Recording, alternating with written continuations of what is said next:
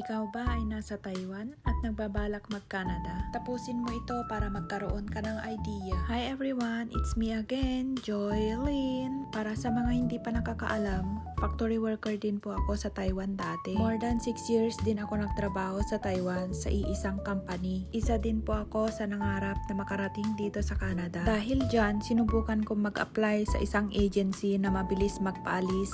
Oo, mabilis sila magpaalis. Dahil ang napasukan ko ay isang seasonal job. Ang aking naging kontrata ay 4 months lang. Medyo nagdadalawang isip din ako noon kung ipagpatuloy ko ba o hindi. Dahil ang 4 months ay napakabilis lang matapos. Pero pinagpatuloy ko pa rin. Ang akala ko kasi noon ay mabilis lang makahanap ng malilipatan na company pagkatapos ng kontrata. Hindi pala ganun kabilis dahil proseso pa lang ng papeles ay abutin ng buwan bago ma-approve. At habang waiting ka ng approval ay hindi ka rin pwede magtrabaho. Kaya ang payo ko sa mga pupunta dito na seasonal job lang din ang madatna na trabaho ay pag-isipan nyo ng mabuti. Dahil ang pakikipagsapalaran dito sa Canada ay hindi ganun kadali. Huwag basta-basta magdesisyon sa bagay na wala kang kasiguraduhan. Lalo na kung may pamilya kang umaasa sa padala mo. Ang seasonal job nga pala dito ay no work no pay. Hindi gaya sa Taiwan na pag wala kang work may pay ka pa rin. Mas mainam siguro kung tapusin mo na ang 12 years dyan sa Taiwan. Pero kung ikaw ay no choice na at patapos na ang 12 years mo dyan sa Taiwan at ayaw mo pang umuwi ng Pilipinas, ay sige, i-go mo na ang Canada dahil iba-iba naman tayo ng kapalaran. Ang gawin mo na lang siguro pagkalapag mo ng Canada ay simulan mo na mag-apply ng bagong malipatan. Malay natin, baka swertihin ka makahanap ng full-time job. Kung sakaling nakahanap ka ng bago mong malipatan na trabaho, huwag mong balakin mag-resign agad. Isipin mo na lang na hindi ka agad-agad makapagsipon na lang trabaho dahil pre-na-proseso pa ang iyong papeles. Once kasi na nag-resign ka dito ay papaalisin ka agad sa trabaho mo. Nangyari kasi yan sa batch namin. Sa totoo lang, marami kaming hindi agad nakahanap ng malilipatan. Lahat kami ay nag-worry sa status namin. Maswerte ka na siguro kung yung kontrata mo ay 6 months to 9 months. Dahil mahaba-haba pa yung time mo na mag-apply at makahanap ng malilipatan na company. Sa panahon na kasi ngayon dito ay mahirap nang makahanap ng malipatan na company. Dahil na rin sa paiba-iba ng rules dito sa Canada. Nagtataka siguro kayo dahil 4 months lang ang kontrata ko pero nandito pa rin ako. Kung gusto nyong malaman kung anong ginawa ko para makapag-stay pa rin dito ay feel free to message or comment down below para masagot ko. That's it for now. Sana nakatulong sa iyo. Salamat sa panonood. Bye for now.